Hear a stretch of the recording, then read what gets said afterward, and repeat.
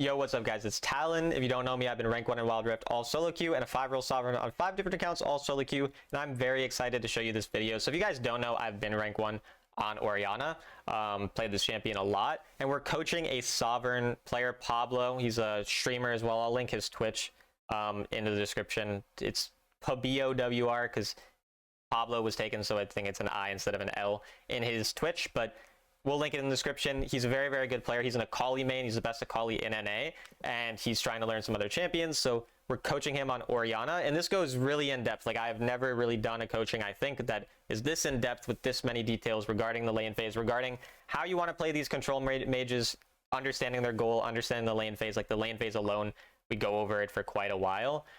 So I definitely think if you're really just looking for an in-depth replay or coaching to watch, this is by far the best one to watch. But yeah, I hope you guys enjoy, and I'll see you in the next video. Kind of know Oriana since I kind of played her a bit last season. She's Yeah. like a high champ, so I think that she's gonna be my choice. You see my screen? Yeah, Okay. Yeah, I mean, it's true. Like, I do think you can carry on any champ. I always tell people, but yeah, I mean, it definitely is harder to have impact on those champs compared to these. So in my opinion, Ghost sucks on Orianna. I don't know why anyone does this. But yeah, like in this game, I mean, looking at it, you don't particularly need anything, and when you don't really need anything, I just go barrier because it's really OP for lane phase and way safer. Like, if you position properly, you should never have to use Ghost. I know other people use it, you know, who are good players, but I don't find it useful at all. So yeah. Uh, I wanted to tell you like kind of what my mindset is going into like laning phase with Ori. If you could tell me like if I'm wrong, yeah, because I kind of like have figured that you don't really solo kill on this champ almost like ever, right? yeah, That's not like really correct. your job. So I always kind of make it my goal just to like not get shoved in, keep the wave kind of like even, not take too much damage. I still like punish their last hits like to get first strike procs, but then I'll like back like level 4 when I don't have mana, because I see like you do this a lot, Yeah. and then I just get my boots, come back, and try to like this might be where I'm wrong, but after my first back, I'm already just kind of like shoving and roaming and not even really thinking about like laning my enemy anymore. Yeah, no, you're never really gonna want to shove and roam. That's the difference is once you get back from mana boots, like your thought process is essentially correct before that. The only thing I would say is the biggest emphasis for me is getting first strike procs. Because if you get the proper first strike procs and you get your sweet tooth, you can get 1400 gold recall after like 3 waves. When you like Mm. sometimes have like 850 on some champions, you can get the 900. So it's like slightly better there, but yeah, I mean, essentially everything you say there is correct. But once I get back to lane, your goal is not to roam. Your goal is to keep the person in lane with you. Like Orianna, Syndra, these types of champions, they don't Oh, want to really? leave lane for 6 minutes. They want to make it impossible for the enemy to leave lane, or for the enemy to lose a bunch um, if they do Oh, leave. see, So you want the um, lane push to do that. But yeah, go ahead. What's up? yeah. See, since I was already wrong then, because I thought like it was just my job to make sure I'm like wherever the action is first. Yeah, no, I mean you don't do anything when the like Orianna doesn't do anything early game. Like same with Syndra either. Just Yeah. because these types of champions they don't really interact. So all you want to do, your only goal is like you are thinking of it as just a 1v1. So either like if you're poking better, you have prio, you have the lane pushing, that means the enemy can never recall and or can never roam or recall or whatever. And if they do roam or recall, your wave is in a spot where you can super quickly push it, you get a plate or two, and then you squeeze 150 gold out of a situation or 300 gold when they roam, and then they're taking a risk like either they get the kill or they don't, but you're guaranteeing that level of gold. And so all you're doing is just like the ideal thing is you get Ludens as well as mana boots before a dragon, and that's only Yeah. possible if you get a few plates out of the situation. You get good first strike procs. Like you don't need a kill for that, but you do need to get like maybe one additional wave. Like say you push mid, you get the turret plate, you recall, enemy comes back, and for whatever reason like a teammate died topside, you could go and cover the top wave sometimes, but your goal is just to get gold there, just to hit that like certain spike. But yeah, I mean that's basically. Gotcha, gotcha. So yeah, so then again, if our goal is to, and obviously you're a sovereign player, so it's a smaller thing that I'm going to be talking about than the basic things. So if our goal is to get first strike procs, like that is really your goal for the first 2 levels, is purely have health lead and first strike procs. First strike's procs being more important than health lead because Vladimir's not going to kill you. If it's a champion who could like maybe actually kill you, like say you're laning in a Kali or an assassin, then the goal is more health lead.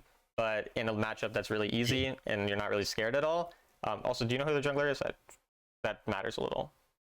I don't know what jungle champion. Tryndamere. Yeah, it's Tryndamere. So yeah, he's Tryndamere. not that scary. Like he's not until he's level 5. He's not that scary.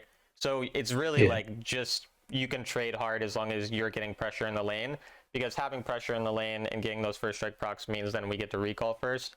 So the reason I was mentioning that is because that means that you want the enemy to have to walk up to a lot of minions, which means you only want a singular more auto attack on this minion compared to your minions, so that the enemy have to walk up at a much like or just much more frequently, whereas you auto it twice here. And like this second auto is useless. This second auto should be used to take space and to start standing like here, because then Vlad's gonna walk up, and if Vlad walks up and tries to match your auto so that he can keep the lane even, you get a first strike proc and you trade on him. If Vlad doesn't match, then you have slight push, which is leading up to you crashing the wave on 4, so you can get that recall right away. Does that make sense? Yeah, kind of. So I should auto the wave once, and then after I auto it once, like where should I be standing? It Like depends on ideally. who you're playing against and how scary they are. So it's basically based around like yeah, it's based around the enemy ability range. So for example, Vlad Hmm. here, you're happy to take a Vlad Q, but only if you get first strike proc first.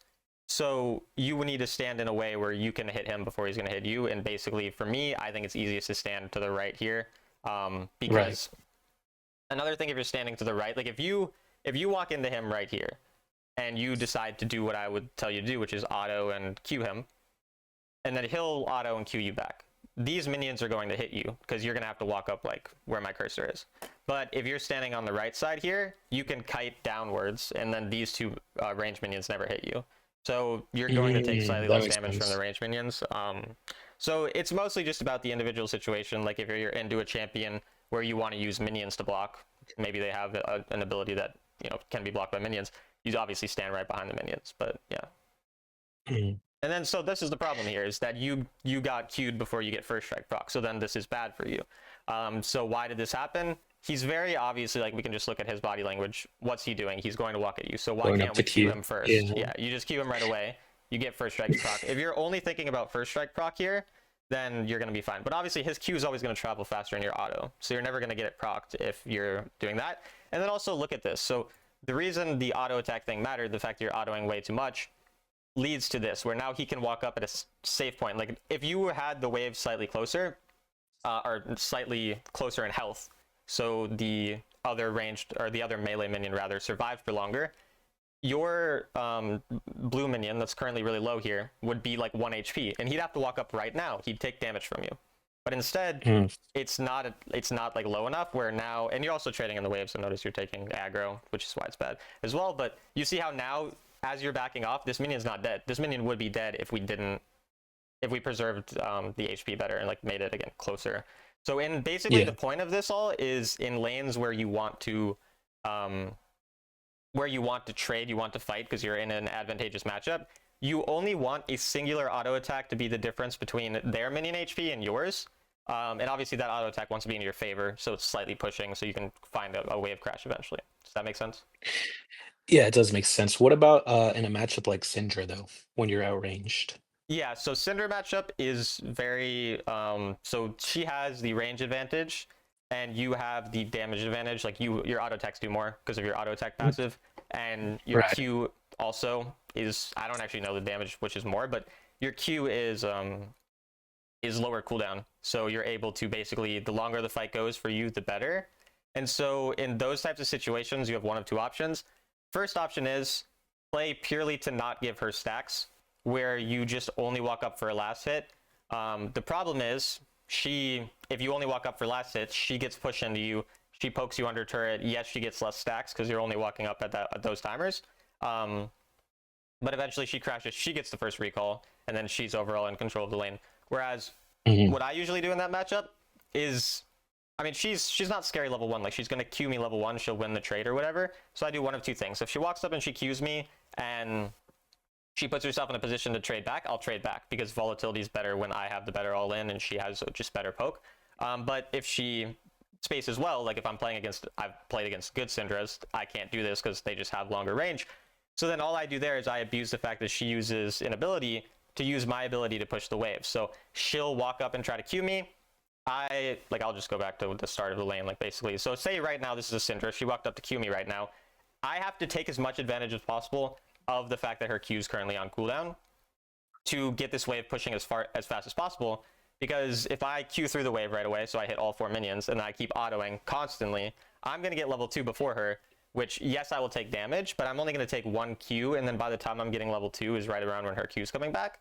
And by that time, I can take a QW trade, make it roughly even, and I also get control of the lane, which means I can get on the next wave. And then if I took too much damage, because sometimes you mess up in some way, you take too much damage, you push the second wave, you have 500 gold, you can get, where you only need 450, you get a lost chapter, and that's enough to like come back to lane and continue to have pressure, and you get some level of mana from it, so you're not running out of mana when you get back to lane. You don't have to do mana boots, especially after the nerf, but obviously the ideal scenario is she doesn't play like a rank 1 Syndra. You do these things, you're able to get trades back on her because you take those all-in moments after she uses her Q and you play around level advantages, and then you're able to just trade effectively and get a recall and mana boots with prio. But basically the point is you really care about punishing the fact that she uses her abilities, and playing for push advantage and then creating all-in opportunities at some point where you're not really all-inning, like you're not solo killing the Syndra, you're just trying to have like each person get to like half health or something. Yeah. Okay, gotcha. And so yeah, I mean, this is actually essentially the situation you'd kind of be in. Like you did not have the best trades so far, and so yeah, your goal here mostly is just get the wave under. Because the problem is you traded with him here, but this means that the wave gets to stay here for another wave because the wave is coming in like 5 seconds, right? And it'll stop it. And so you have to understand that you need to take a bad trade to just get this wave under quicker so the wave will crash. Because if the wave doesn't crash, then just as I said in the Orianna example, Vlad is Orianna in that example. Like he has better all-in, better like short range, damage, and Orianna has the poke advantage. So when you're in this situation, he wants the wave like this, so Orianna has to walk up.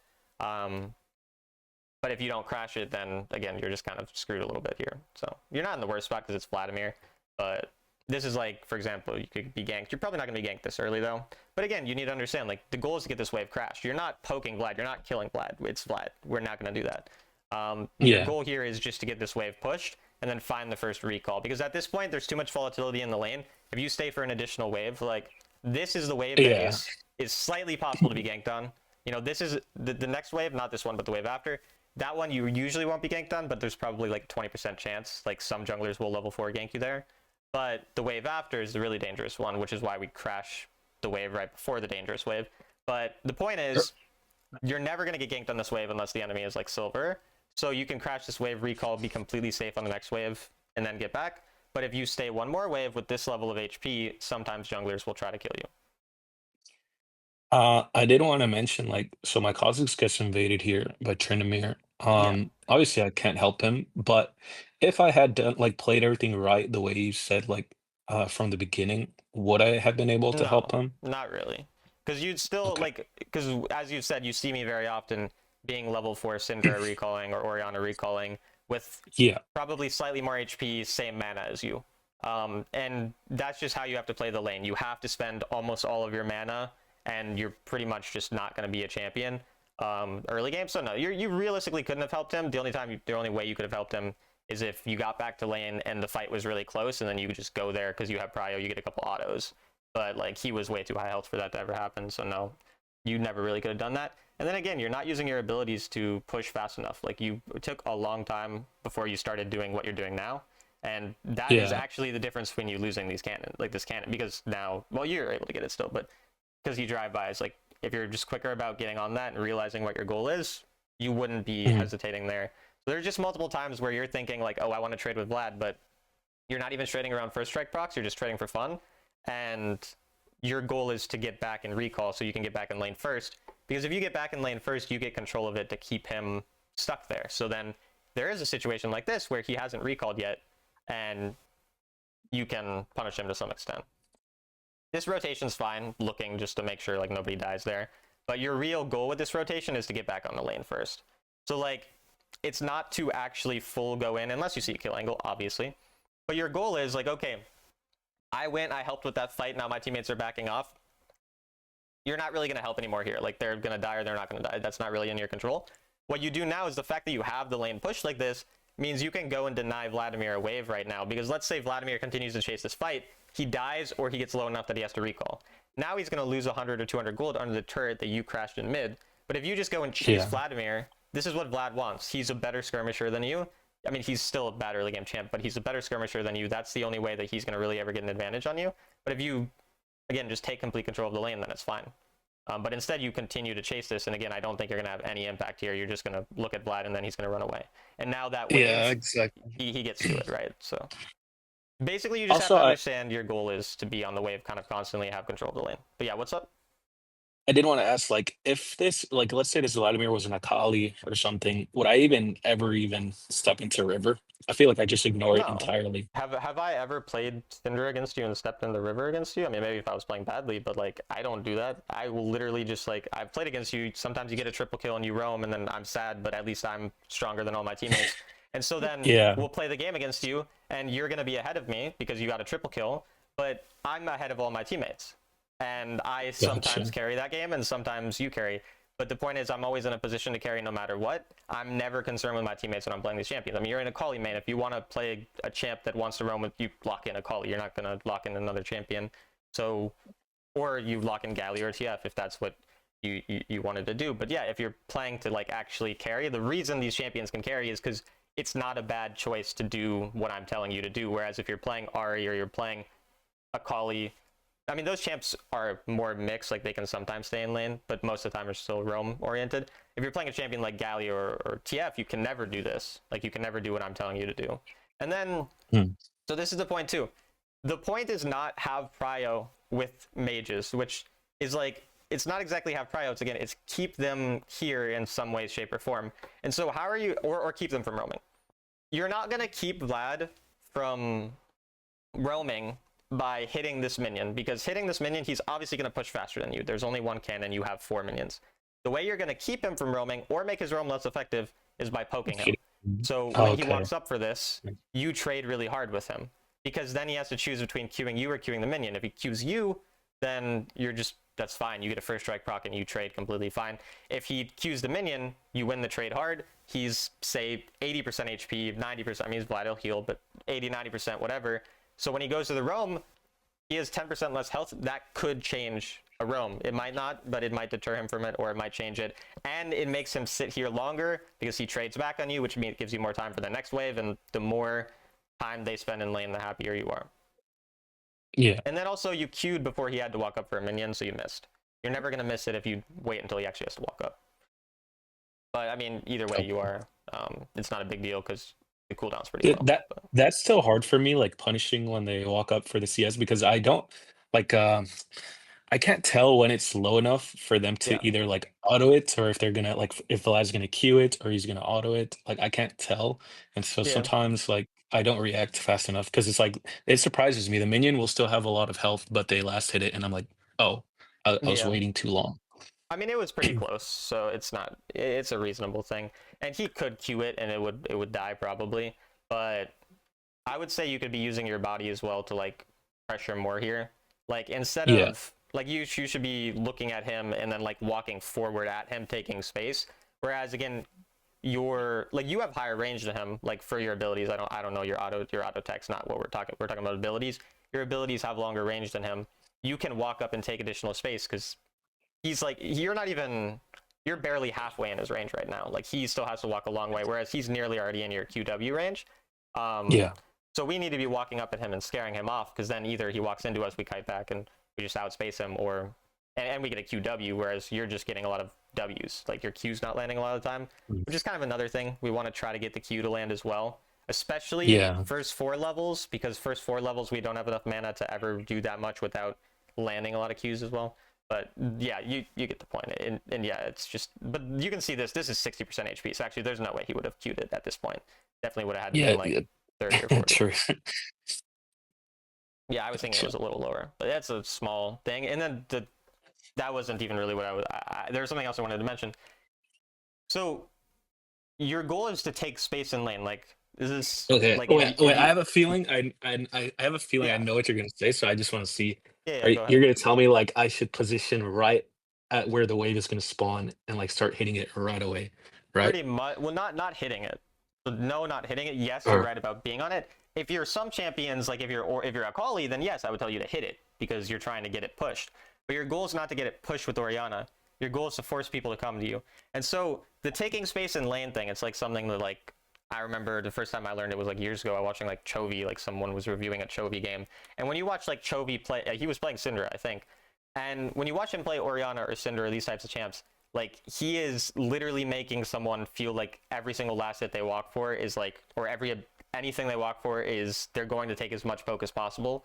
And then what you're doing is yeah, like as soon as the wave is coming, you're going and getting the vision here. So now Vladimir does what I would tell you to do, except he hits it. Well, Vlad yeah. wants to hit it actually because he does want to roam. So that's what I mean. And then by the time you start poking him, he can trade back on you. He already has the wave low enough that he can kind of get it pushing before he can do, before you can do too much into him. So. I see. And then, yeah, I mean, you're kind of low. It's a little scary. I mean, you know the jungler's not here, so you're not going to probably die, and you have your fruit. But the other thing, the thing about the taking space I wanted to mention is jungle matters for that. So I wouldn't necessarily tell you to walk so aggressively if you didn't have Ghost and Flash and it was a Tryndamere. If your Ghost and Flash were gone and it was a Lee Sin, and you knew he probably had kicked by this time, then you might just be okay with being a bit farther back in lane. Maybe the vision's going to matter more for you. But like, honestly, it's also more dangerous, generally speaking, to walk for this without a ward than it is like the information you're going to get from hitting this. Like, I would say it's more likely that you Yeah, would die from some random guy in a bush here than it is that this information does anything for you, because Orianna stays in lane. So vision, like, I could play Orianna or Syndra without vision. I don't think it would change anything. Like for the first 6 minutes, I mean, the wards don't mm, really help me. I mean, they just make it so if someone's hitting like camping in this bush, I don't die to it. But I'm not leaving the lane, so I don't need vision. I don't need to know if the Akali is camping over the wall or if they're going all the way for the gank, because either way, I'm going to react the same way. I'm going to take control of the wave, and I'm only going to be concerned with that. So really just wards in this bush is like more than enough. And then if you've pushed the lane, you have absolutely nothing else to do, then you can hit the whatever you call it, Scryer's Bloom. okay, makes sense. Um, then, I mean, you're probably just going to recall here. You have a decent amount of gold. You have nothing else to do. That's, again, why would we trade? There's no reason. And there's very often you just don't have a reason behind why you're trading. You're just trading for the sake of trading. What are you going to do here after this wave? You have nothing to do for 20 seconds. And so the difference is, too, a lot of times, as in Akali, having no wave means you're going to roam. For a lot of these mages, it means you're going to take a recall. It's very frequent you're taking a mana boost recall, then you're taking another recall about 1,000 gold later, and then you're taking either one more recall for Ludens or two more, because a lot of times you have nothing else to do is the difference. Because Orianna's not going to, after this, go and roam, but also hitting that Vlad one more time, again, your goal is never to kill him. We've established that, so it doesn't really do anything. And again, we're up 200 gold on him, so it's not the worst, but all of that's just runes, probably. Yeah, 128, and then you've gotten fruit three times, so yeah, you're actually down to Yeah. gold from what you've gotten, it's just the runes. But that's why these runes are OP. And so you can even see, like, just the fact that we've seen many times where you could have squeezed gold. If you were able to squeeze gold there, you would be able to recall for Oh, Ludens. this Yeah. is bad, right? I shouldn't be matching his roam at all. Yeah, you I should should be just mid go. pushing the wave. You Yeah, could deny him so much, and and you then also did that. And that's a very common thing that I would have a problem with. I mean, obviously we still mess it up every now and again, but like, it's very, very rare that you're ever going to throw a Q out and then ult.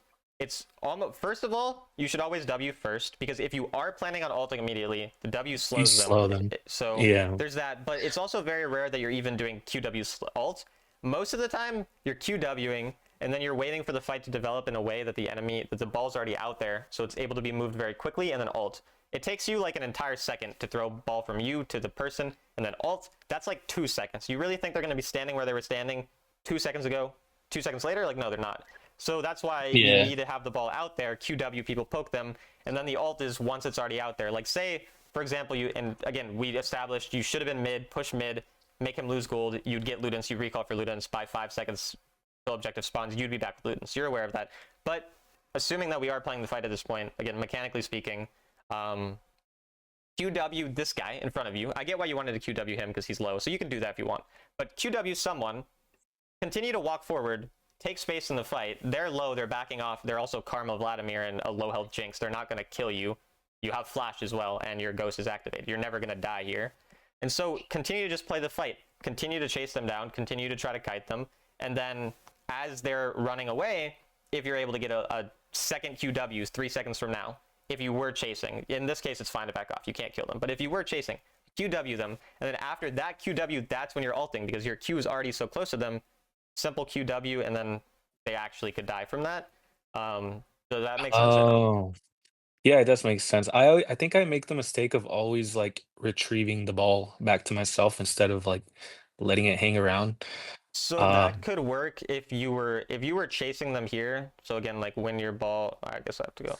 So yeah, like generally, if we're playing like an actual team fight, then yes, you want to leave the ball out there a lot of times. Like if we're already set up around an objective and we're zoning, we usually keep the ball out there. But let's say right now they were low enough that you could keep chasing them. yeah, So you run forward. You could grab the ball here because you're going to be closer to them, but you have to intentionally be closer to them at that point so the ball doesn't take as long to travel. Whereas right. when you did it the first time, you were like max distance. So, Okay. I wanted to but yeah, I ask, mean, like, ult misses happen. Like, yeah, what's up? Sorry. when you're team fighting, how often are you actually like utilizing like, putting the ball on an ally versus just like, It's like if I have an uh, engaged champ. So if I have a Wukong, I have a Vi, I have a Hecarim, I'll be looking for it. Um, it can be hard to coordinate because sometimes your teammate flashes away, and like it's just more messy. So yeah, it's generally when it's like this person's definitely going in, they have a super telegraphed way of going in, like a like a vial. Vi? Yeah, Yeah, yeah. something like that. And it's just situational. Sometimes you're like, yeah, no, in this one situation, I can just my Leona's going in, I'll click it, even though the Leona was flashing away before. But I would Are say it's probably like 5 or 10% of the time. It's not the typical. are you ever like looking specifically like, oh, let me see who I can put my ball on to save them, like if they're taking damage, because It's like pretty rare I use it as a supportive ability. I mean, I sure, see. if you see someone low, you shield them, but no, it's very rare that I'm like, yeah, I'm gonna peel my Jinx. It's not a big shield, so it's not very Mm, good for yeah, that. gotcha. So this is a situation where again, keeping your ball out is really beneficial. So I see why you shielded your teammate. He was low here. It's not like the worst call ever, but I don't think he was going to die. He was pretty far out, or you shielded him. I mean, maybe. But like, I like keeping my ball here because this is a very common situation where your focus shouldn't be on the front line hitting your teammate. Your focus should be, I want my ball out, initially poke him, and then I want my ball to go from here to over like here because the enemy can't walk forward then without getting two-man ulted. Um, Yeah. and like where is Trinamir gonna run? He's gonna run backwards, so he'll run into it too.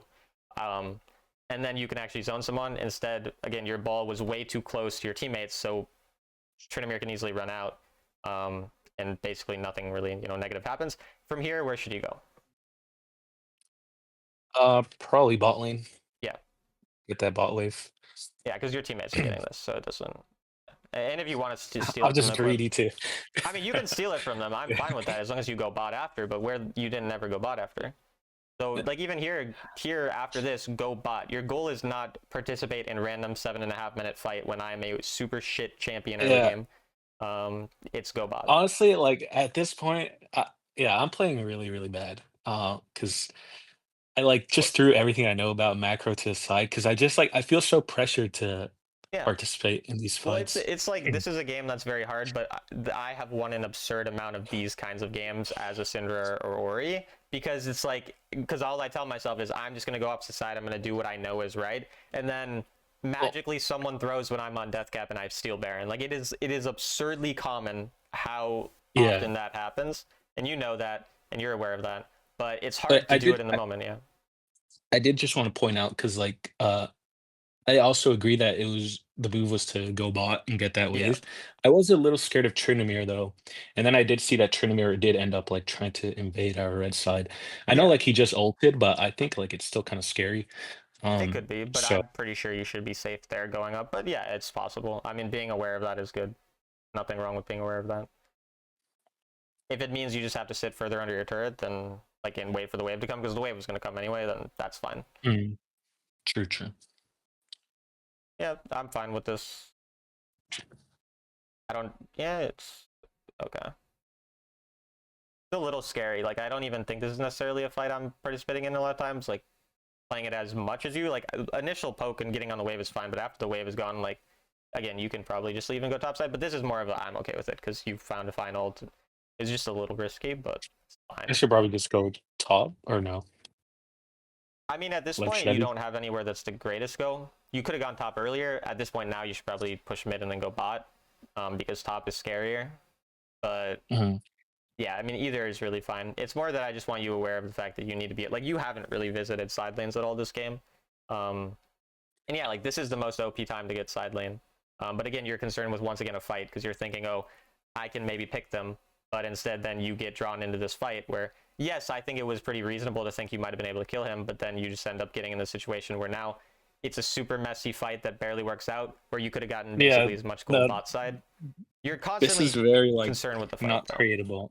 And then Like once this again, was what do you just do? You go my top Nami tier. character. Yeah, Actually, top tier is fine though. That it is fine here because you're just covering a wave. I get it. Yeah, I just got carried by Nami there. She's the goat.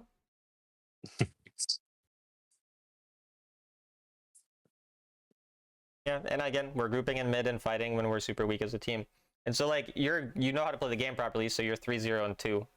But you're 3-0 and 2 with like 200 gold or 2000 gold less than you could have. Um but and then I mean we see the ult thing again. And like I said, I'm not saying I never miss ults, of course I do, but you're not Wing. You saw how again you didn't W first. If you W'd, he would have been hit Yeah, by it. But also you never need and to ult even him. He's 80% HP. I was gonna say that even if it did land, like nothing's gonna Yeah. happen. No, not it. If I had it there, it would have been nice, maybe. Yeah. So fine. And I mean we're still hitting death cap at a decent time because we did end up getting a lot of kills here, so Yeah.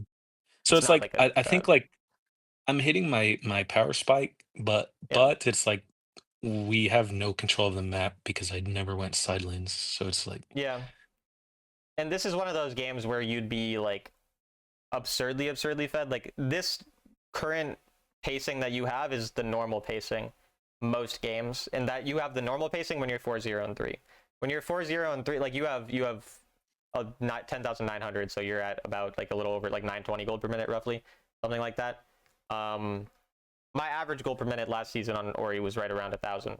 Like wow. that's meaning that you're having like this is despite your team sucks, but in terms of kills, this is more accelerated than you should normally be. And even then, you're still only hitting like a decent mark. You're not getting like 1,000. Like this is a game where you should be hitting absurd marks where you're like, oh my god, what the fuck is my damage? I'm one-shotting everyone. But instead, you're just a strong Orianna who's doing well. And that's why you're not going to be able to carry games like this where your team is shit.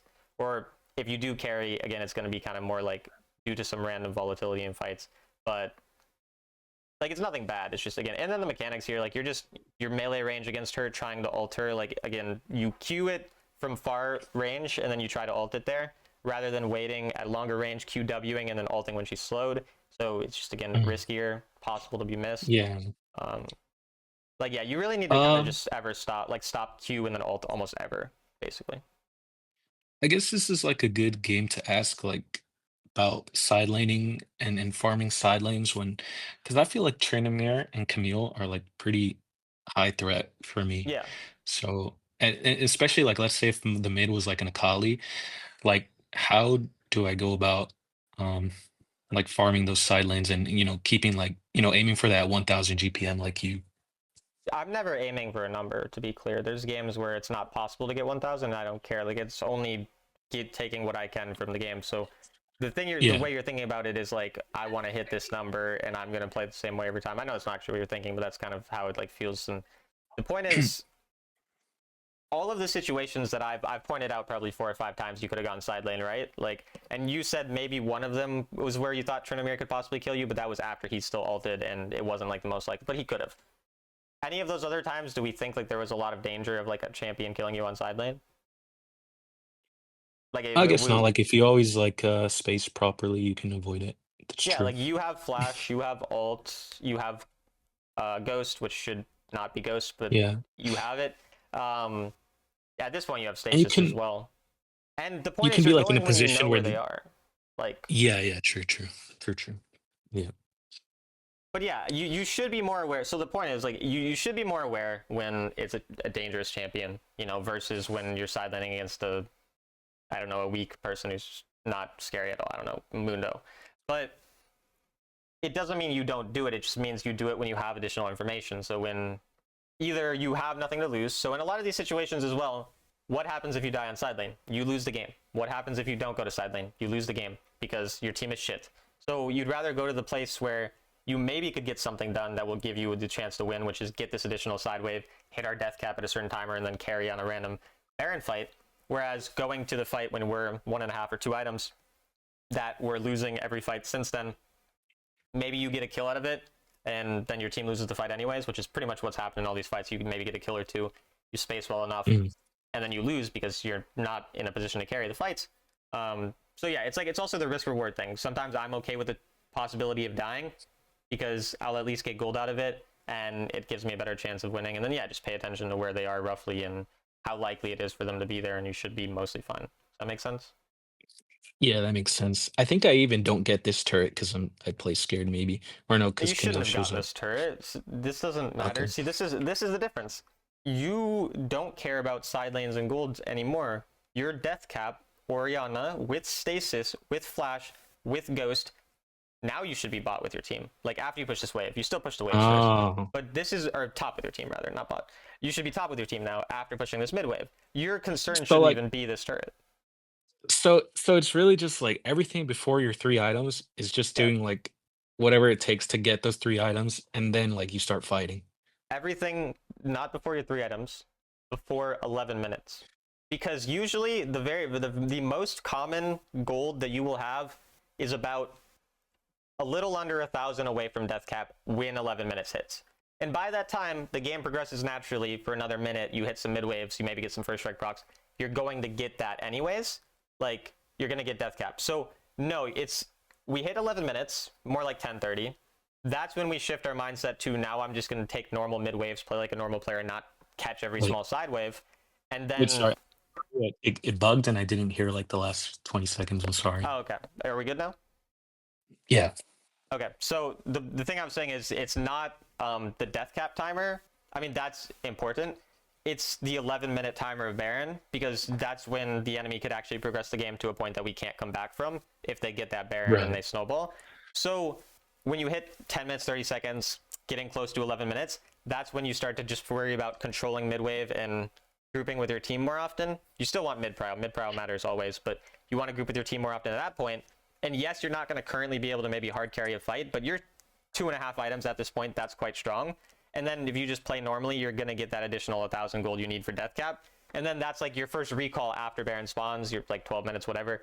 That's when you're getting the death cap. And then you're going to start carrying the fights. Does that make sense? Yeah. And if it's Got a it. game like this, you might be accelerated where you do get it before 11 minutes, and then you group with your team whenever that 11 minute or whenever that Oh my the death cap god. hits. And you see, you just didn't W here. Again, he would have been hit by Yeah. it. You just didn't W. So that's just a Yeah. habit. That's just simply a habit that you don't have right now. And then you'll be fine once you get it. But yeah, this is like you go to the fights now. You're actually like quite useful.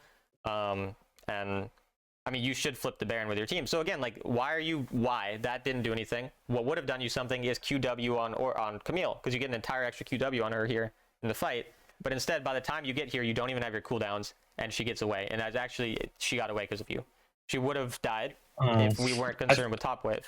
But you're I playing like it's 9 minutes when it's 13 minutes. early game. Yeah, exactly. That's That's the exactly what I difference. was gonna say. Like I'm trying to deny gold when it doesn't really matter anymore. Yeah. And that's what we have to think about is like, does this actually lead to me winning the game or not? Because there's going to be some situations where you do want to fight at 8 minutes, and you know that's going to win you the game just for whatever. Like there's certain situations, and that's why sometimes you do. Like I've had games where I get a triple kill at level 5 on Syndra. It's just very rare, but it happens every once in a while, and it's Yeah. important to know that that could happen.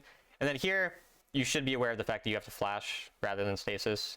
But that is a bit of a like, what the fuck just happened? He came kind of out of nowhere, so I get that. I'm But surprised he did that damage. Oh my god. yeah, I guess he probably hit 3 items at this point too. So and then they just get Baron. The game's pretty much over at this point. But I understand, like, I mean, it's no longer in your control, but it's not pretty much over because there's a lot of games where they will throw this. You're no longer in mm, control of it, but you are strong enough that they could throw it. Anytime that an inhib's not dead and you're hitting like you're at this pacing, you could always carry potentially. Um, but gotcha. yeah, I mean, obviously it's kind of hard. She's And unfortunately, Baron's on the wrong side. When you're Orianna, it's so easy if Baron's spawning here because it's way easier to steal. It's honestly like I feel like the win rate has to be higher when the Baron spawns on this side of your map. Like I actually think yeah. it's so OP. And even if there's like people zoning you off it, like you're so strong, you can Yeah, a lot kind of of times you like, can poke them off and then you get to walk up, yeah, or they're just dumb and they don't even try. But yeah, I mean at this point you are just wave clearing and hoping to throw, and they don't, so you lose. Um, any questions about anything that's yeah. from that game or? No, there's a lot to learn. Oh, And okay. in You this should lane never lose lane phase, to this guy, by the way. But yeah, what's up? Sorry. it's funny that you said that. I do end up winning this game, but Yeah. I think I played really bad. I got carried by Charlotte, actually, is my Yone. Oh, she's top laner. I see. Uh, yeah.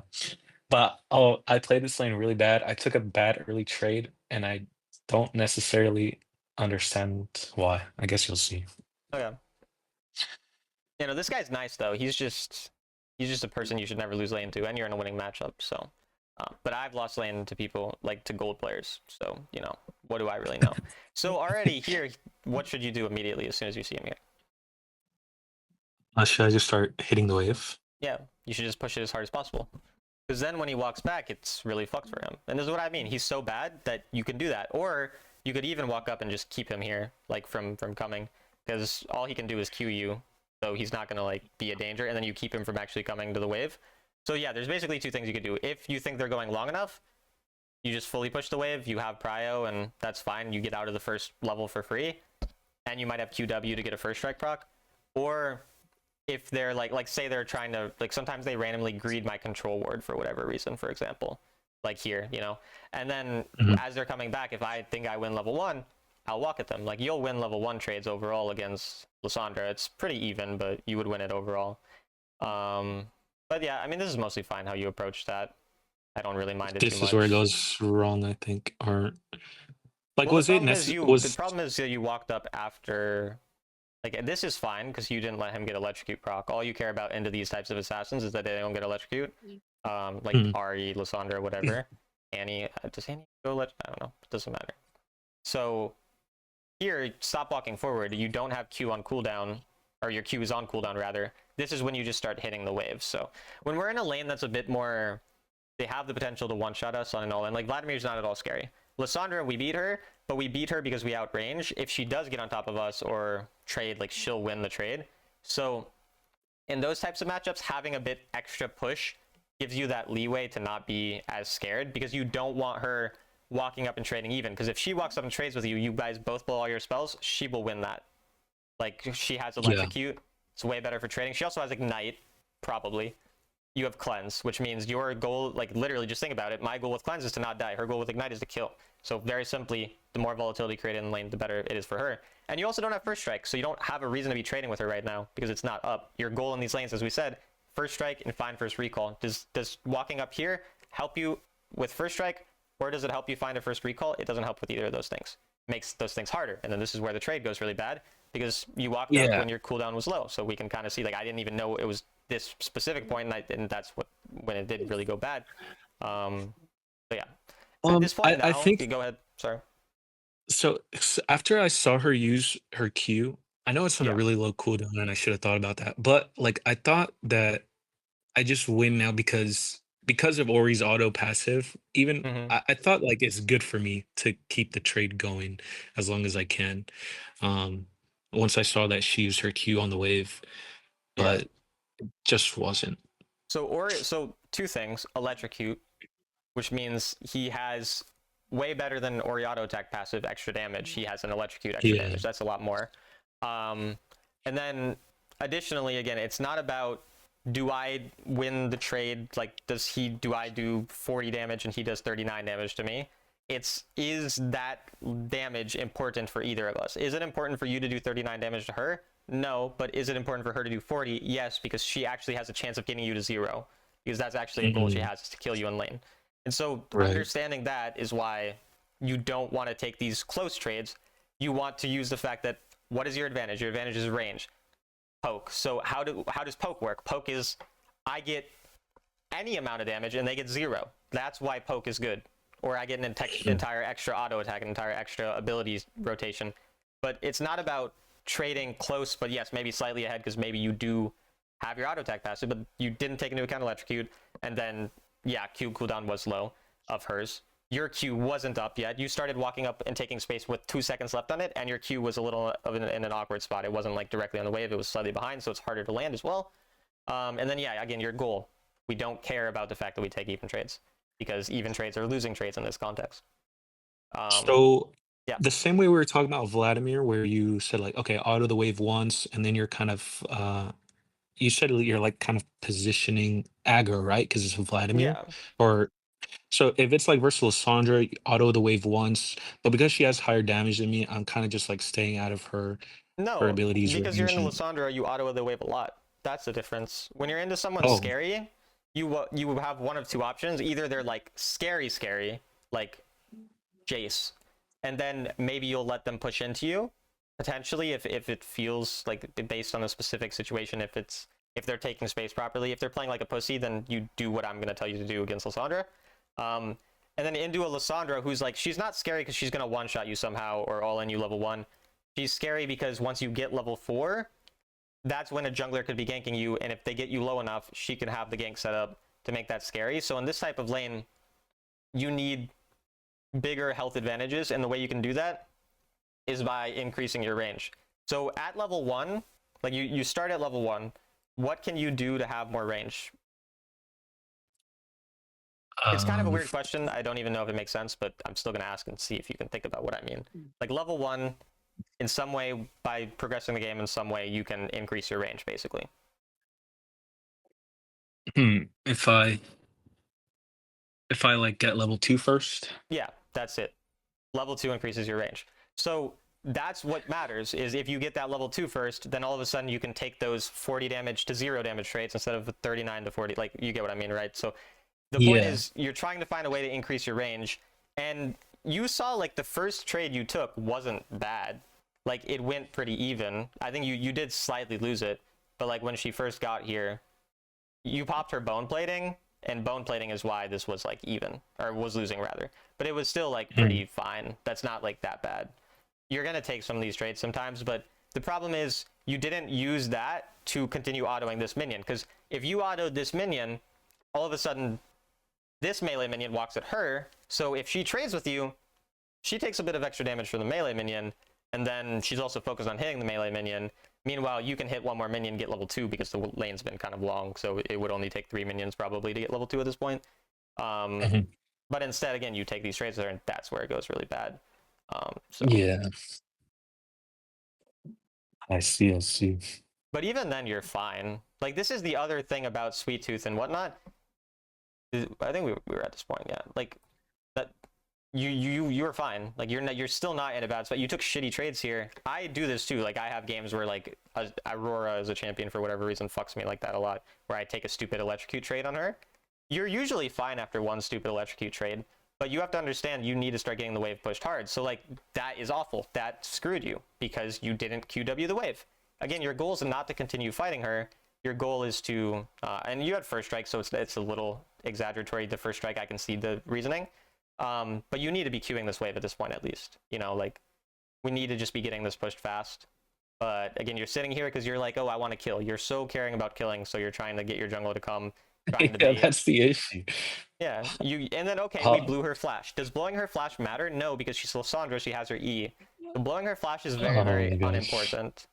Like, it just that's doesn't do that so much for awkward. us. Like if her jungler was here now, I think I would die. If she, 100%. And it's 2 minutes, so this is like a very common jungle timing. Like, you'll die, let's say 20% of games if you do this. You're not gonna die oh my most of the god, time, but 20% of the time you do. I really, it's extremely, extremely rare I ever die in the first 6 minutes of the game usually as Orianna. I mean, it happens. I make mistakes, but it's only ever a So mistake that leads to you dying, basically. would it be fair to say like into lower threat matchups, first strike is a lot, that's a lot more priority, but a higher threat is like you just want to get this Yeah, you wave just cleared. want the game to progress naturally, because the longer it goes, the better it is for you. So yeah, you don't have to worry as hard about first strike, but you still definitely like you should be able to get it. This guy sucks. Like, there's no way that this guy, is someone who you can't get first strike into. But yeah, I mean, Yeah. if that's starting, then yeah, like we're gonna be worried about more just making sure we're preserving our HP and whatnot. And then yeah, I mean, again, the volatility gets created, and we're put in a position where we have to blow our flash and nearly die. Also, ignite anti-heal I think stays on you for 2 more seconds after the ticking is done. So I'm pretty sure this is still anti-healed fruit. So just wait an additional like second. Oh, okay. Oh, I didn't know Yeah, that. I I was didn't for just a like long looked time. at I the don't. symbol. Yeah. Yeah. And then yeah, I mean, you're just pushing this wave and then leaving. I'm assuming you're gonna do. Well, why would it? This is again, you take a recall, you get back on full health, and then you come back to the wave. This is like their Well, jungler. Even if you saw their jungler, like this doesn't help you pretty really? much do I thought anything. And then you this. get back on the wave, or you could literally be all in here at this point. So you didn't even get Oh, most. You got like one. It didn't. So yeah, like the difference is a lot of times you get a push, you get pushed on a Kali, you are thinking maybe I can make a play somewhere, maybe I can do something. Even on a Kali, that probably wouldn't have been good, but generally speaking, you're looking for that. You're looking for recalls with Orianna, because all you want is to take wave control. So if you push a wave and you have 20 seconds, your goal is how can I make the next wave the easiest as possible? That might mean getting on the wave right away. That might mean recalling so you have twice as much health because you're low health here. But just right. whatever you can do to make the wave easier, the next wave easier, because you're not going to do anything when there's no wave there. You can get vision if it means like you, like for example, if you were walking up just a word there, that would have been fine, but then you leave afterwards. Because jungle does matter here because it's Lissandra Riven. Like they're scary, lagging unfortunately. But, oh well. Um, Yeah, I don't know what's going on. let's see. Try to put it in another tab. Randomly got a bunch of comments on my video. Okay, here we go. They just wanted me to watch you farming raptors again. Do you have I anything so actually far, kind like of questions or anything, by the way? Yeah, sorry, go ahead. well, I was gonna say I do that, like not that commonly, but sometimes like I will on a collie get those raptors if I just see Yeah. that they're up and I have prio. Is that bad for me to do? I mean, if you're full health and you have flash and you have no reason to recall, no, it's a luxury basically. It's just like I would never like plan that unless I'm for some reason trying to create an invade or I have Mm, nothing else to do and I know I'm very, very safe. gotcha. See, like this is the type of situation that you want to find yourself in way more often. Is like I get on the wave early enough. You're here, like you're usually not going to walk up that far up because they have dangerous champions, and then you just get a QW at the very start of the lane, and then your ball stays out now, and now it's really hard for them to do anything because you can just do what you do here, which is just get completely free poke. The problem is your spacing, and then the fact that you chose to ult. So unfortunately, I was going to compliment you, and then you made it hard to do that. But yeah, like we don't have an all-in Uh, angle here. He has ultimate, and he's 60% HP. The only time that you ult like this in lane is when you're trying to keep someone there for longer. So Lissandra yeah. gets ulted here, she E's out, or she ults. She's not like being kept here. Whereas if say this is a champion with no dash and no flash, and you're just trying to keep them there because your Lee Sin's coming close, then it would be fine. But what you should be doing with your ult here is waiting until she E's away when your Lee comes, and then ulting on like her ult, for example. Mm, You do, it kind of works though. Like you're baiting, no, but you can I see the still problem die. is you're constantly playing for these fights, and you can just see like your champ is just not good at this. Like obviously, if you're a quali, you're gonna solo kill that guy there. Your champ is just not good at these types of get everyone low and see who dies and bait for our jungle super hard. There's times where you bait for your jungle, like you're doing this in reasonable spots. It's not like you're walking up and getting solo killed over and over again, but you're just like, again, a lot of these situations you're trying to bait for your jungle on very low HP with low resources, and a lot of the mechanics are the problem, like the spacing, because again, like you also, when you were there, you weren't at max range with your QW, you were walking a lot closer. Yeah. and you didn't like step back properly. So that's just some mechanical. But the ult is the real big problem. As we said, he has ways to escape. So the ult's purpose is to stop him from escaping, but you can't do that with his E. You can't stop his E from going off, unless you time it like insanely. But yeah, and this is again, this is what we want happening in lane over and over. You just want the longer Lissanders stuck here. So like, this is great.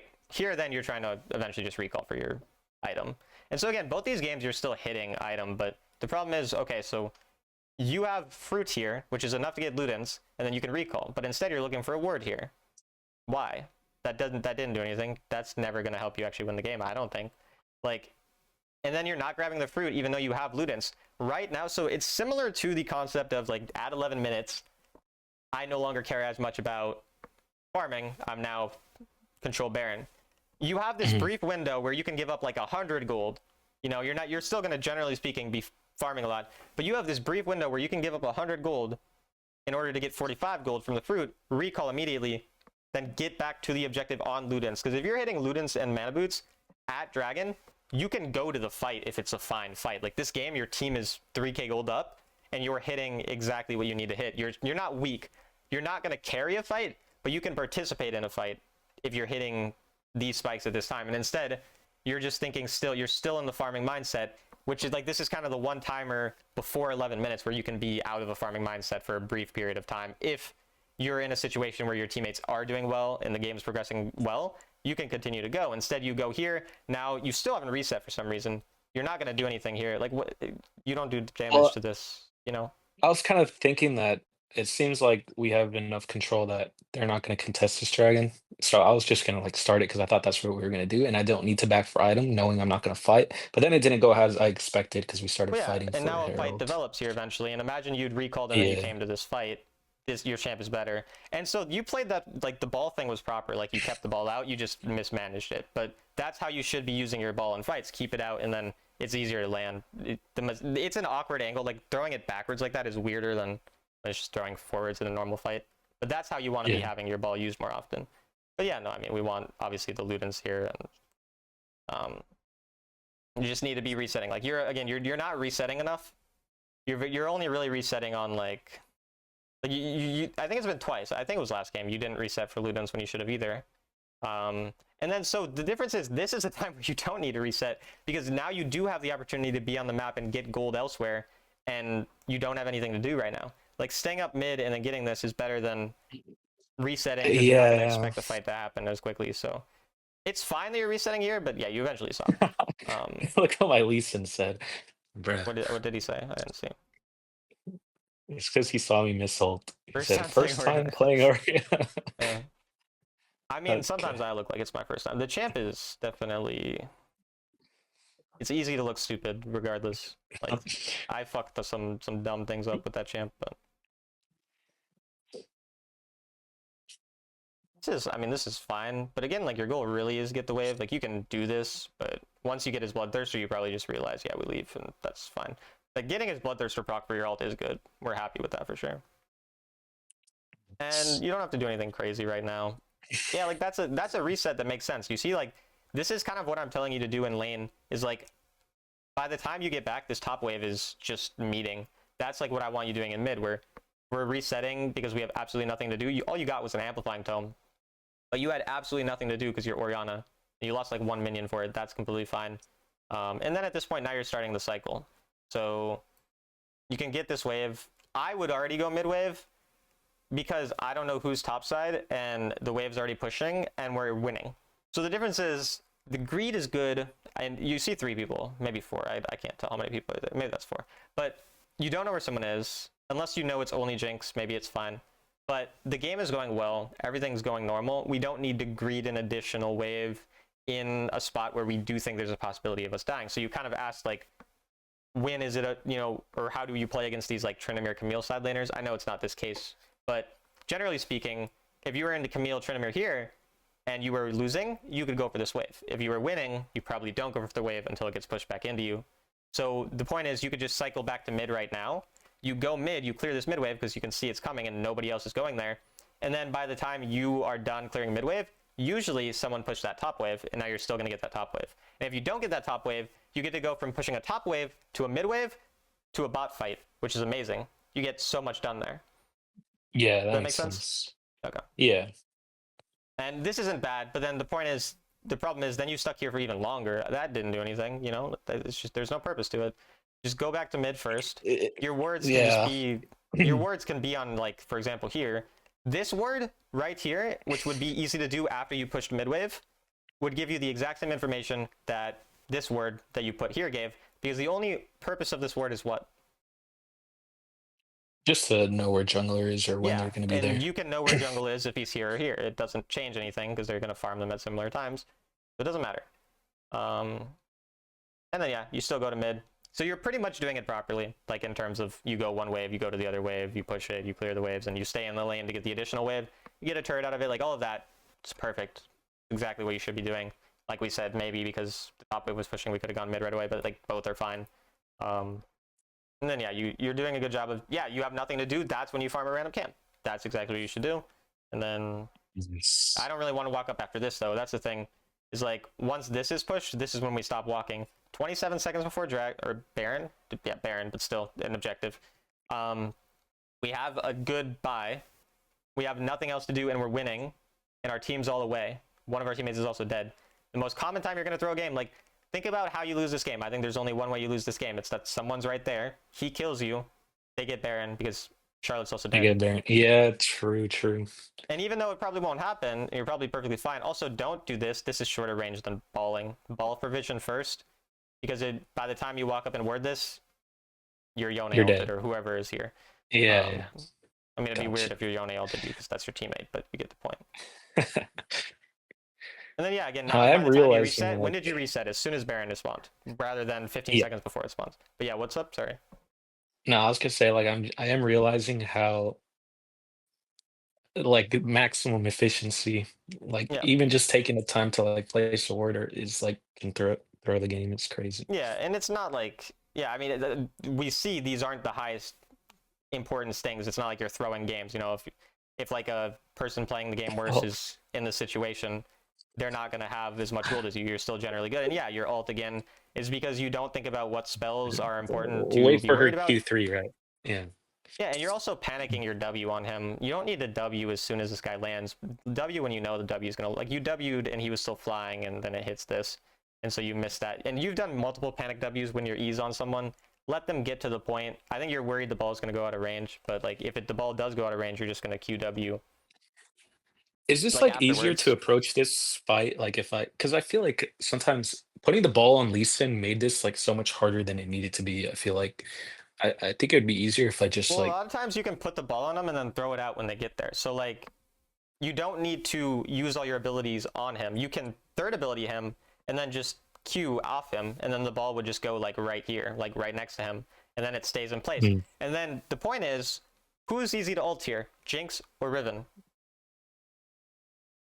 Jinx. Yeah. So like if you just have your ball here, and then all you did was just leave it out there, either Riven goes all in, he Q3s, and then you can kill him, you can ult him, Hmm. or Jinx walks either here or Jinx walks there, and you're able to Q over here, and then ult. Basically, just wait till either the champs use their mobility spells or try to target the person who's easier to kill, and then we'll be fine. You could have just cleansed. You cleansed by the time it wore off, which I do that actually a lot. To be honest, I do that way too much. But yeah, Okay, my okay, ult is this part. important. Quick like yours. Yeah, I mean, I'd my be Lee Sin annoyed if flamed someone's flaming me. me. Yeah, Yeah, he flamed me for missing ult again. So I was like, okay, like your ult is point and click, mine is not. yeah. No, I mean, this is a true statement. I do hate that Lee Sin's able to ult and then Q right after, and then like never miss it, Yeah, because yeah, it is disgusting. annoying. But yeah, this is the point. You should reset immediately after death cap. I don't care about this, because if your teammates do die here, Riven's their jungler. Yeah, their jungler is dead, and even if their jungler wasn't dead, you are Orianna, and the Baron is in the good place. Like, you can poke them off of this. They're probably not going to get it. But if you get stuck up here without death cap when two of your teammates aren't there, and then you ult a single person who is tanky, you're just going to be in a fight here where maybe you'll eventually get a kill, but it's very, very likely that you die, and you do, and it's just a lot of random fighting in bad circumstances, because Yone and Lee weren't here. There's just no reason to force it.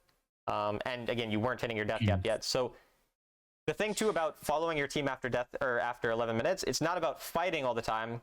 You want to be more aggressive and fight whatever on the death cap, but you want to be with your team before that because the goal is just to zone Baron so the enemy can't get it. So like there, you're still trying to be more scared in the fights, but you're just being in the fights to zone them and poke them off Baron and whatnot.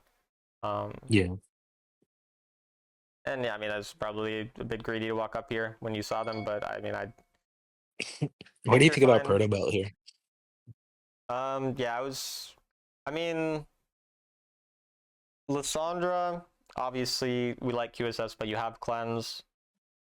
Aatrox is a champion who we kind of want to kite, so it's not bad for that. And Rel is also a champion we kind of want to. So you could do Proto Belt or QSS. I would say either is fine. Got it.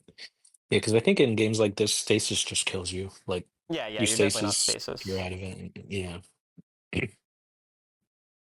I've been using Proto Belt more in general on Ori and Syndra, but and see that's like really good E usage there. Like that's when it makes sense. It's like your teammate's on top of him. Where the fuck are they gonna go? Whereas when you do it when he's like still waiting to go in, that's when it gets kind of scary or like weird and awkward because then you have to actually time it with when he goes in, which sometimes you try to do. But yeah, Lee Sin, he is one of my least favorite champs to play Ori with because he kicks the person off my ball or like he's just so mobile too that if I do E him, it's not as simple as like a Vi. Mhm. Yeah, I mean, at this point, you're just going to win the game, and you're going to probably just do what you should do. That's nice. Jeez. Yeah. Wait, how could I have done that differently so like she gets one shot before I have to wait for another? You shouldn't have ever ulted Um, it. Like, all you do here is you QW her, and she can't run away, because if she flashes, you can go after her. So it's just that you shouldn't have ever ulted. You're not trying to one-shot her. The W is so OP, and you're never using it. I mean, obviously, he's AFK, but, like, your W is used so people can't run away from you, and like you don't have to be so like you're always alt. Like again, as I told you, I didn't just say don't Q alt. I also said QW alt is rare. It's the thing that you will do if you're doing that because sometimes there is a chance to do it, but it's rare that you're even QW alting. It's just not necessary. But you couldn't have done anything to kill her that she had bloodthirster here. so I just have to like drop this expectation to one shot people like in one No, you're cycle not of a my one-shot abilities. champion. You're a two-shot champion. You get your poke off, and then the fact that they're poked means that you can kill them. Oh, I see, I see. I mean, yeah, like See, Syndra that is is more that's the so goal. yeah, yeah, that makes sense. And obviously it Just depends. feels like I'm not Sometimes you used to can, it. but how many games have you played of Ori so far? Probably. Counting like last season, this one maybe like 60. That makes It's a sense. I decent mean, amount. it. I'd probably like the season before I got rank one Ori. I'd probably played like 100 Oriana games, and I was always awful at her, like super super bad. But then I was rank one Syndra I think the season before or something, or I played a lot of Syndra the season before, and then at that point my macro was good enough that it was fine. Like I would still win games despite having awful mechanics still on her. Like even after like 100 games, like I would do basically everything you're doing right now in terms of these mechanics, and it didn't matter because like I was doing the things I'm telling you to do with the macro. But um, it took a lot of games is the point before I actually felt comfortable without fucking it up. And even when I lock in Ori, like I haven't played Ori this season much at all. I lock in an Ori game or two, I do those kind of dumb ult mistakes sometimes because it's just like she's like a Yeah. way harder version of Syndra. She's probably every time I said she was the hardest mage in the game, and then Zoe is the one that's harder. But every other mage apart from Zoe, she's probably the hardest, I would say. And then is this Elder? Yeah, it's Elder, so we care about. I want generally like it's kind of important. A lot of situations when Dragon and Baron are spawning at similar times, make sure you try to get a ward on the Baron because your teammates are like never aware of the sneak. But here, don't do that because it's Elder and they're the exact same time. You don't have a ward yet, but something to keep in mind. Like the only thing missing from these two VODs I showed you is I guess there's not really like a big team fight. But like in general, how are you approaching team fights? Like are you kind of just positioning with like your AD carry and support or Yeah, basically it's literally like just say right now we were setting up for a team fight, but these people were like more like where you are, and then you're just slightly farther back, like you're just like poking each other. All you're literally doing is you sit with your team, you're running back and forth, QW, QW, keep your ball in the spot where someone can't walk. So like unfortunately you move your camera because you're not silver, which kind of sucks because then I can't show you as well. I think eventually. Okay. So like if they're walking in here, they're trying to poke you, and you just keep your ball in like this position or a little further out, so they can't walk forward. And your only goal is like you just think to yourself, these are the people who, when they walk forward, I want to ult. Like very often, there's a frontliner, and then there's some people in the back, and you're just keeping your ball out. You're moving your ball occasionally to get poke on people with QW, and then you're just waiting until those people walk forward or making it so they can't walk forward, and then at that point, eventually the fight progresses, and you Oh, just react. that's why she's called the control mage. Yeah, Who would have thought? guess so. Your ball controls the space. It Let's does do see. that. And you get to make ball jokes when you play this champion, Uh, which is probably the best part of it. Though it yeah. got really Wait, annoying when I actually, was playing only Oriana and Syndra, and that was like the only thing I'd read in my chat. So, my Lucian in that game, I think his IGN was like lost my ball or something. oh, so you helped In him the find it. draft, that's the same joke Charlotte made in draft. She said, "If Pablo plays Ori, well, you found your ball." There you go. Okay. All right. So yeah, this is definitely, I'm 100% uploading this video. Hopefully the recording works good, because this is like the most informative video I've ever really done, like with how much we talked about here. Yeah, Yeah. sometimes I coach sovereigns and it's great, and other times I coach sovereigns and I'm just like, yeah, you did what you should do. So thank you for not doing what you should do, but being good enough that the things I talk about aren't the same boring things I talk about always. I'm probably gonna like do another session next weekend and see like if I Have you improved at improved all. on it? Okay. Yeah. Sounds good. Yeah, so we'll just go into the notes then. I think, you know, like, again, if something doesn't make sense or you have questions or you remember something we talked about, just tell me. The first thing was, I'm trying to think back to the early game, basically into easier matchups, like Vlad. Create a 1 auto attack difference to give lots of chances to poke, basically. Then, like, general lane goals are first strike procs, and I hate autocorrect procs, and first recall for mana boots. Those are really your only two goals, and then once back in lane after mana boots recall. Goal is, what's the goal then? Once back in lane after mana boots recall. A goal, it's just to keep the enemy in lane, right? Yeah, Still? keep them Yeah. in lane. Whereas before you were thinking it was to roam, so that's where we need to understand Yeah. the goal is to keep Wait, them in lane. Yeah. is that different for Syndra? Because I No, feel like I remember you on. Syndra doesn't have a single thing about all of her macro that Oriana and Syndra are the exact same in terms of decision making. There's no difference. Oh, I mean, like, how wait, you then play how fights come is I see different, but like I'm confused then because I feel like I remember like watching you Syndra like as soon as you can start one-shotting the wave, you do it and then you just roam.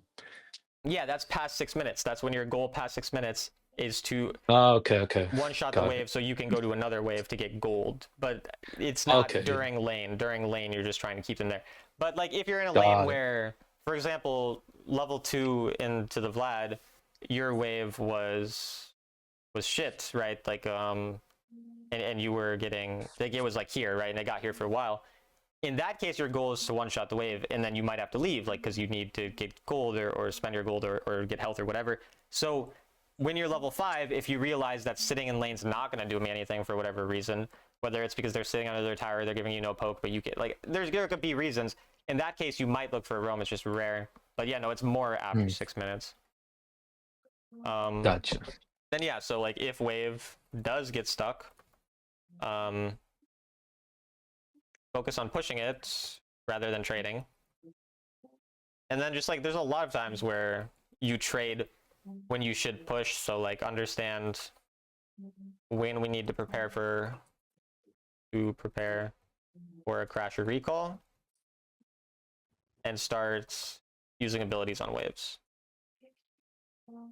Or to get first strike proc in some situations. But there's a lot of times, again, like where you were just like delaying your recall, like you're not recalling on 900 gold, you're starting to realize you should recall on 900 gold, so then you recall on 1100 because you get an additional wave.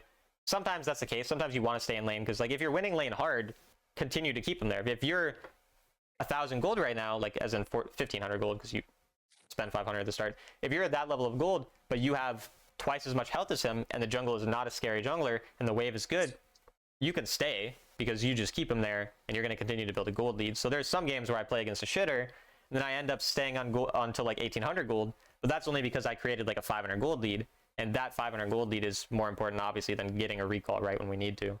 Yeah, does that make sense? Yeah. Got Okay. it. Um, what other things? Probably we still definitely have more things to talk about in lane. It's like punish last hits is something you're not like unaware of it, but there are times where you could probably be a little more aware of it. I think that's a lot of the Vladimir lane phase stuff. What was the other champ we laned against? So I'm already forgetting. Lysandra. Lysandra. Yeah. When I took that bad trade, it was because I just wasn't respecting the electrocute, I guess, right? Straight around cooldowns, really. Like you didn't have your Q up. And his was coming up at a fine time. And then yeah, respect electrocute. And then it's just understand. So that's the difference between these lanes, right? Was the Lysandra lane, so into potential all-in matchups. I'll just say into matchups that want to create volatility. So most You want to assassins. just hit the wave, race for Yeah. level 2, right? Yeah, Got it. exactly. Hit the wave for level 2 and create larger prio. And then what this does is it puts your wave eventually, again, in this spot. And so you have to be extremely aware that your wave's going to get in this spot and be pushing it far, far before you did here. So you can create this wave because you're not going to be ganked at 1 minute, but you can't let the wave then get here, like I don't even know when it was at, like 120, 130 that the wave got less shit for you. And you have to make sure that you're aware of that in time so you don't have that shit wave at that time. But yeah, you can, you want to have basically harder push. Because again, yeah, in those matchups, like Lysandra, I mean, Lysandra is a good, but Lysandra, Annie, Ari, Aurora, champions that can kill you, or even like Akali. Yeah, it's So mostly it's if like, we go even, we're happy. yeah, so it's like getting level 2 is less about getting some like aggro advantage. It's more just about relieving their pressure, Yeah, right? exactly. Because they can't really do Gotcha. anything if the wave's pushing. And we also talked about how the minion will hit, like they'll have more minions to be hit by. It's like the Right. melee minion going on them, whatever. So yeah, exactly. Um, Gotcha.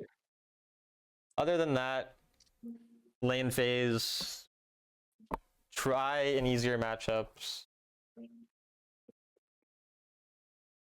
to actually land Q, like rather than QW, like and you only hit the W.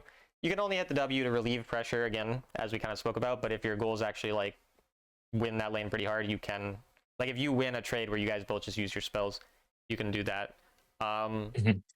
And then yeah, so I guess the Syndra matchup actually kind of falls into the way you would play this matchup. So also just like into matchups that want to create volatility and harder matchups like Syndra, you can hit the wave because again into Syndra that's what you're doing because you're never actually killing a Syndra, and you will usually lose a little first strike proc. Like she'll get an additional couple first strike procs because she just has higher range. You have to accept that you're only losing like 100 gold if they get all the first strike procs, and every once in a while you can still get a QW with a first strike proc. You're not never going to get it. But yeah, I think, is there any other things from lane phase that we didn't talk about yet? Or Um, I guess just like not instead of like I think I made the mistake of trying to get vision instead of like being yeah, get on the on the wave wave. early. Right. So get on Yeah. waves early for control. Like that And then vision like, doesn't really, I guess, yeah, matter all vision too is much. irrelevant. Fortunately, I don't know how to spell irrelevant, but autocorrect's got me. That's good. Yeah, because the vision thing is literally like, it's just like ward bushes. You don't really ward deeper than that. And that's kind of a thing later on in the game was just like, understand the purpose of your vision. Like I'm thinking specifically about the scenario where I told you to go straight to mid and then ward after, and you warded before on their red buff instead of warding their raptors after, where the purpose is the Yeah. same, so you do what's more convenient for you. Um, yeah, anything else about the Can lane phase you, again before we... yeah, can you remind me why the taking the Raptors was bad? Is it because it was too risky, like Yeah, it versus was the simply jungler? riskiness. You had the ability to recall. The Riven's location was unknown. Riven showed up on their red buff about 5 seconds after you walked up at them, so at the So raptors, so you wouldn't have really... Yeah. if I know for a fact, like if jungler's on the other side, is it okay, or is it still bad because of like tempo reason? Yeah, so that is the reason it was bad in this case, is because, and Okay. I'll just go back to it. I think it's just easier to just talk about it. Was it before this or after this? I don't remember. I was here. Um, So, like, let's look at it. Like, by the time you, so you had two options. Wave dies right now. So if you recall and then you come back to base, I don't know, it'll take you 10 seconds, maybe 15. So you'll get back here by 3:35, let's say. The wave's not going to get here until 3:35. So you can come on this wave with full health, full mana, and control over the wave, which gives you tempo for the next wave. Or you can lose your control over the wave because you'll be low health and in a scary spot. But you get an additional, let's say 100 gold if you actually got all of them. Because I think you get less gold from camps still at this point in the game. But you would get like hmm, 100 or 150, whatever it is. So is that worth it? That's all we're thinking. So if you have nothing else to do because you're high health, you're not having almost any gold to spend, and you're in a safe spot, then it would be okay. But here, yes, obviously the safety was the obvious thing because Lysandre can find an all-in on you. And you also took melee damage from these for some reason. And you also put yourself in a scary spot to ward this. But yeah.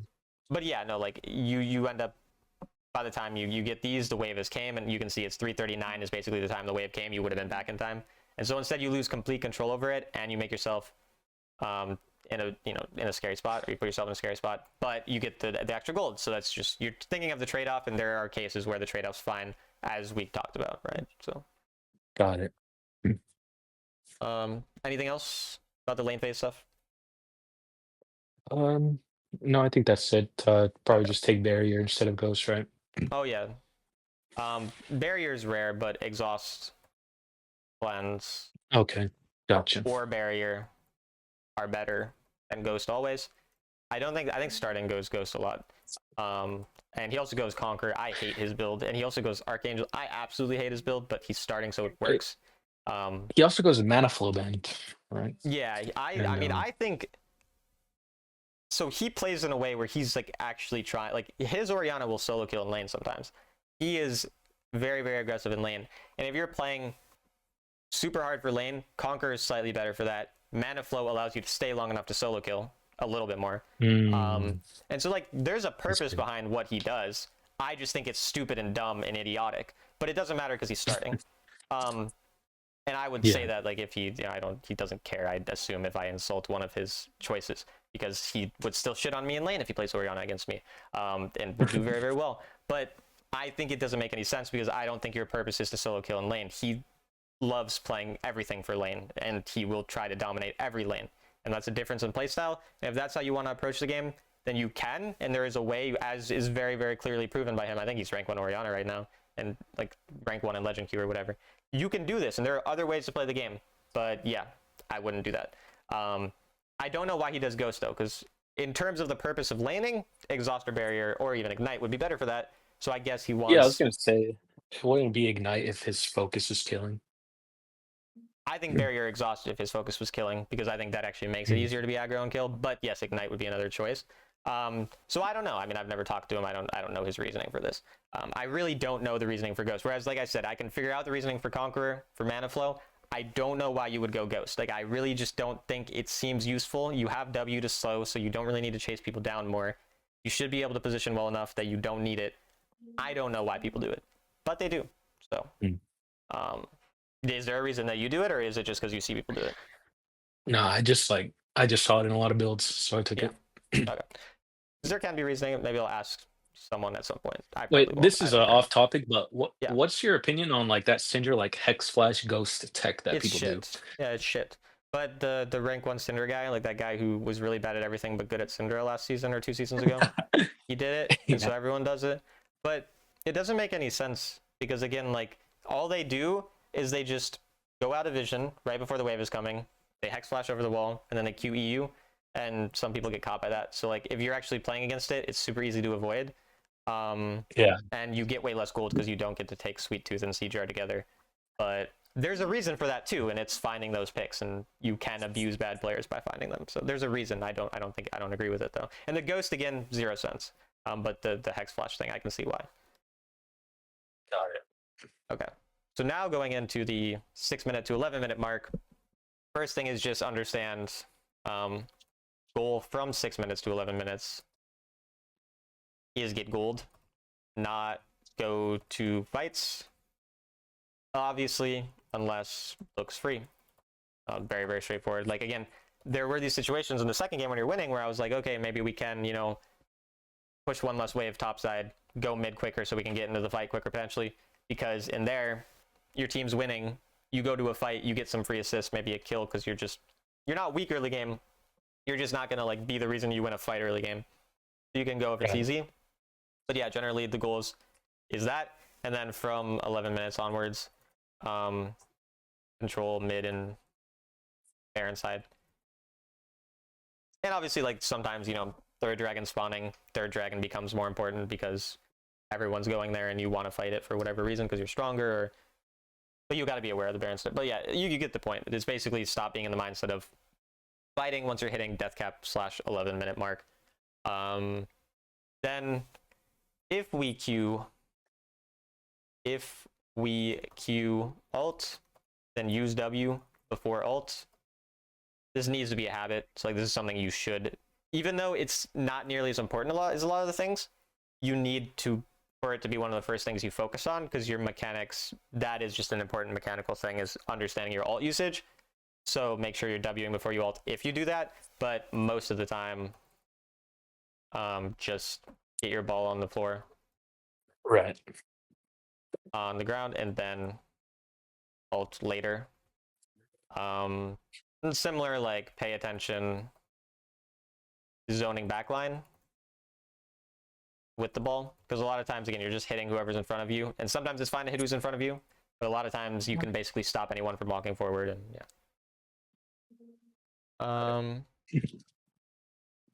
Probably a couple other small things. Is there anything you remember?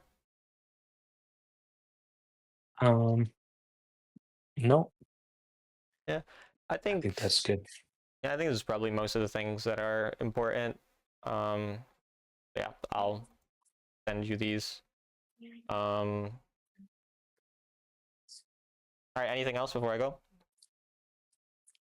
No, that's it. Thank you, man. I'll see you next week. I'll probably do another session. Okay, sounds good. See ya.